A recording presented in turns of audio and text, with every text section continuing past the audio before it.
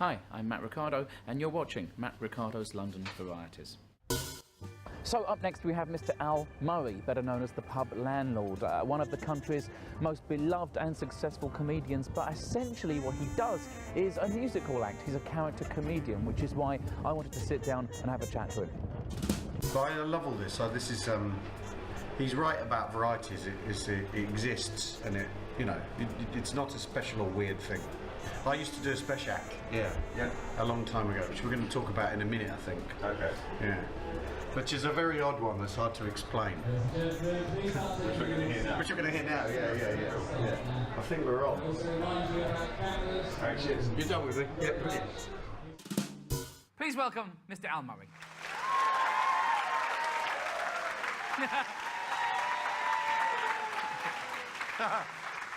Evening. Right. Hello. Hello. So tell me about you as a speciality act. Has anyone seen it? Yeah. The special act was basically, it was sound effects. It was a sound effects thing acted out with mime, and it was supposed to be like, look, I'll show you it. Do you want to see this? It's better. Yeah, Mr. Murray's microphone. Show, don't tell. Right. Okay. So what I would do is I'd come on in a blood-stained tuxedo, and I had sort of flock of seagulls' hair then, big floppy fringe, and I'd come up and go, "Hello, I'm a murderer. I'd like to do some murders for you now." See, it still works. Yeah. And I'd say, the first thing I'd like to do.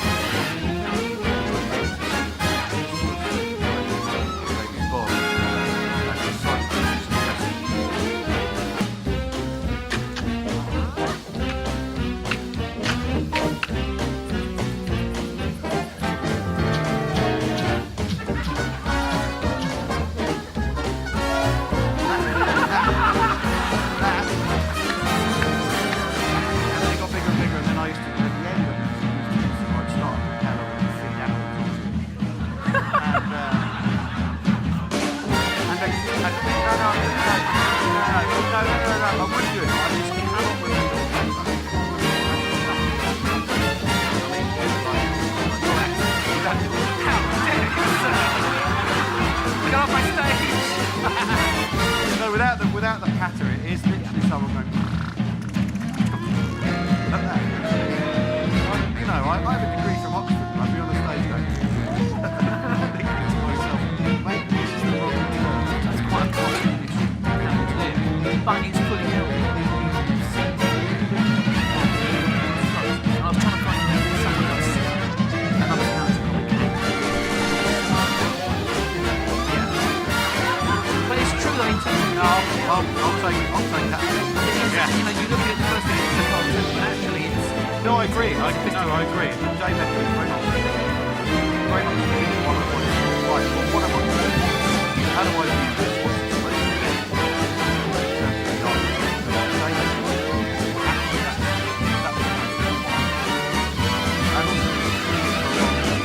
Becoming a thing that people just become...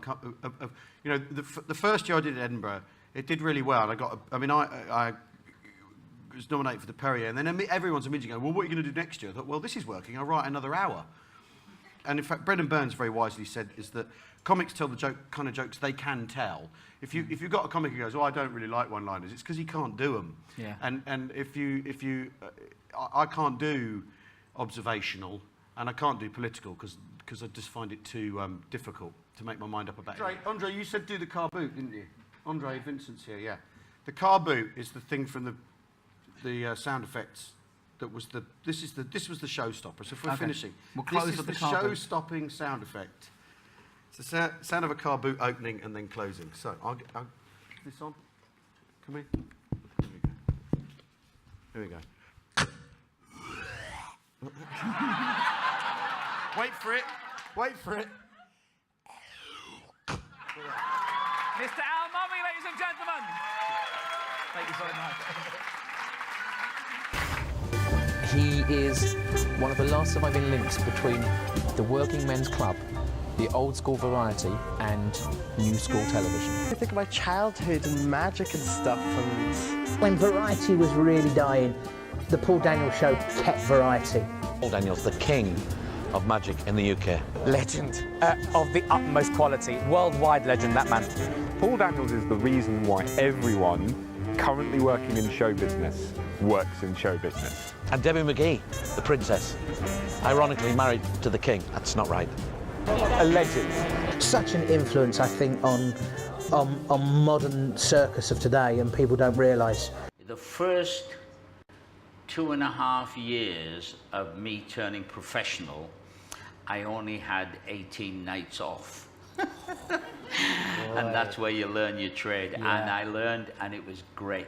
So I found a really nice quote from you as I was researching this. A magic show is a play about a man who can do anything. Exactly. That's a beautiful way of putting it.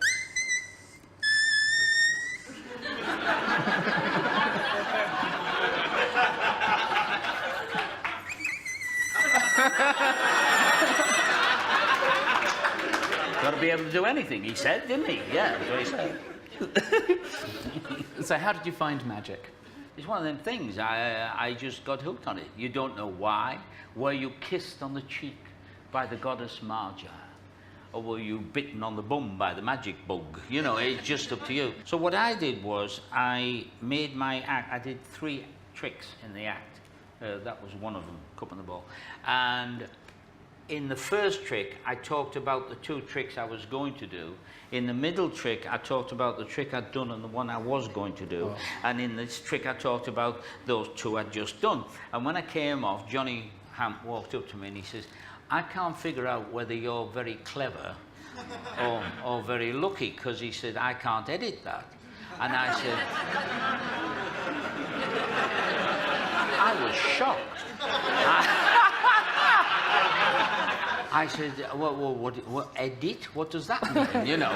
Whereas I've been brought up in a cinema, and when I went to work on TV, I deliberately set out and read production manuals and books and found out what was what. And so he took the risk, and he showed me on Saturday night prime time for 12 minutes. And the next morning, I was a star. It was as simple as that. I was invited back, I did 15 minutes, and I walked off after that, and he came up to me and he says, you're not lucky, are you?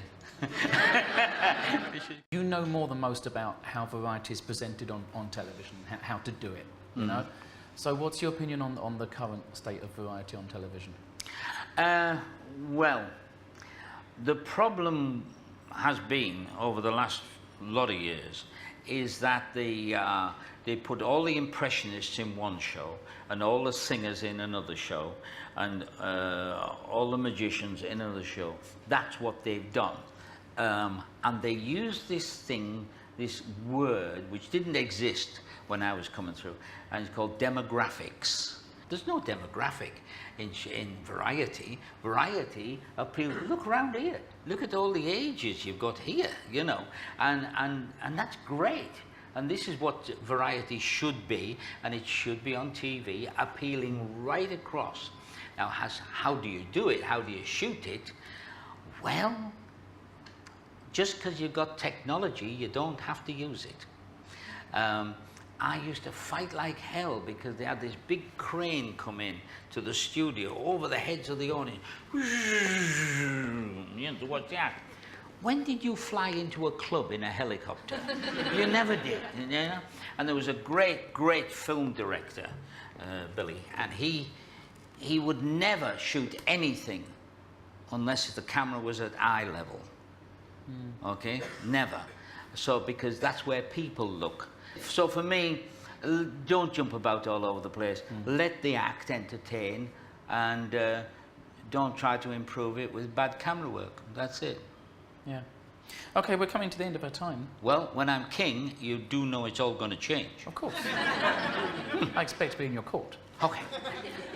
So you're still working? This is the place. I'm like a fish in the water up here. I have no fears. And I'm bored now, so I'm going. Fair enough. Ladies and gentlemen, Mr. Paul Daniels.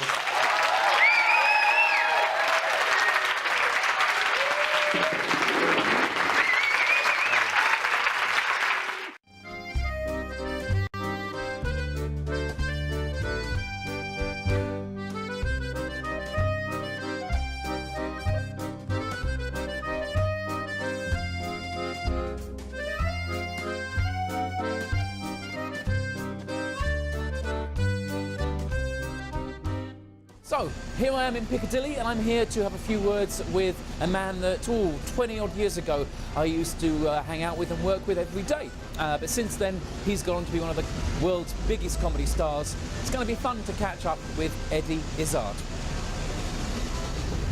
When did you get down the garden? Late 80s, 88. I keep going just trying to work out everything. I think we had about a year crossover. Yeah. Yeah, I left in 89. Yeah. So I was about 4 years. What are your memories of being a street performer? Are they fond? Street performing got me Hollywood Bowl. That's the weird thing. The being able to do, in the end, after, and I lost all my confidence at Covent Garden. I lost everything. So I was pushing at school, 17, 18. I wrote a really rubbishy play at 16, but I was desperately trying to get into stuff. And then I got into some good stuff at school, 17. I made a lot of people laugh when I was about 17, 18. I did something that was quite dramatic, but that couldn't help me at that time. Go to university, immediately trying to do shows. Went to the first Edinburgh Festival from Sheffield University, and no one was going to Edinburgh Festival. So I cut my teeth on that. 3 years of that organisation, making tickets, posters, all stuff that you couldn't bring down. So I knew how to put stuff on, and suddenly it was down to no one really cares how you can put stuff on. You've just got to develop this, what I think physical situation comedy is what street performing is about, I think. Which, if you're doing juggling, if you're doing magic, you set yourself into scenarios, and by talking or even soundlessly, even silent, you can, stuff is happening, people go, oh, what's going to happen next? And if you just, and I once tried going out and doing sketches, and it was awful because nobody cared. And I found adult attention spans become childlike, and children's attention spans become animal-like, like dogs. So you have to basically go out and threaten physical violence on things. Say, get a kid out and say, we're going to kill this kid. Everyone goes, yeah. And it becomes like Tom and Jerry cartoon violence. You're not actually doing violence, but especially if it's an annoying kid, they just want you to kill the kid. It's kind of odd. By the end of street performing, I had learnt to develop this thing so that, I could go to America and let's play bigger places, let's play arenas, push to do that. And that came from street performing, because street performing is, a huge venue. That one, the West Piazza, is a huge venue, and the sky, it goes right up to some satellite going around space. It's got a big roof, i.e. no roof, and so learning to develop the confidence to stand there was the whole thing. Yeah. Being a pilot is something like that. Because I'm scared of flying, so I learned to fly, and I found that to put the plane back down on the ground, you need a confidence bordering arrogance to say, this piece of metal is going to get down, no problems. It has to, because it's beyond normal. And I kind of like, and the danger's way less, but on the street, it's only mental danger of performing. But you can, and if you've had this, we've all had this as street performers, people just leaving and, and it just being awful shows. I don't know if you've had it. I assume you've had it. Oh, yes. Yeah. I remember setting up stuff on the East Piazza, singing to myself on a cold, rubbishy day. But I was quite confident at this point, putting out the tea cozies, these animal tea cozies, the duck and the hippo and stuff, singing There's No Business Like Show Business to myself, which I liked the irony of. Then someone came and kicked one of my tea cozies over. But what I don't tend to do is to do things, I fail, I came from a lot of failure, so I just try to run marathons in South Africa and fail at that, but I go back again. That's the trick. Yeah. Because that is the story of my life, keep going back and back and back and back, and that's Nelson Mandela, get off Nelson Mandela. He did a lot of failure before it all worked, so that's the trick. Okay, I think that's all we have the time for. Okay. Thank you so much. No problem. Cheers. Thank you.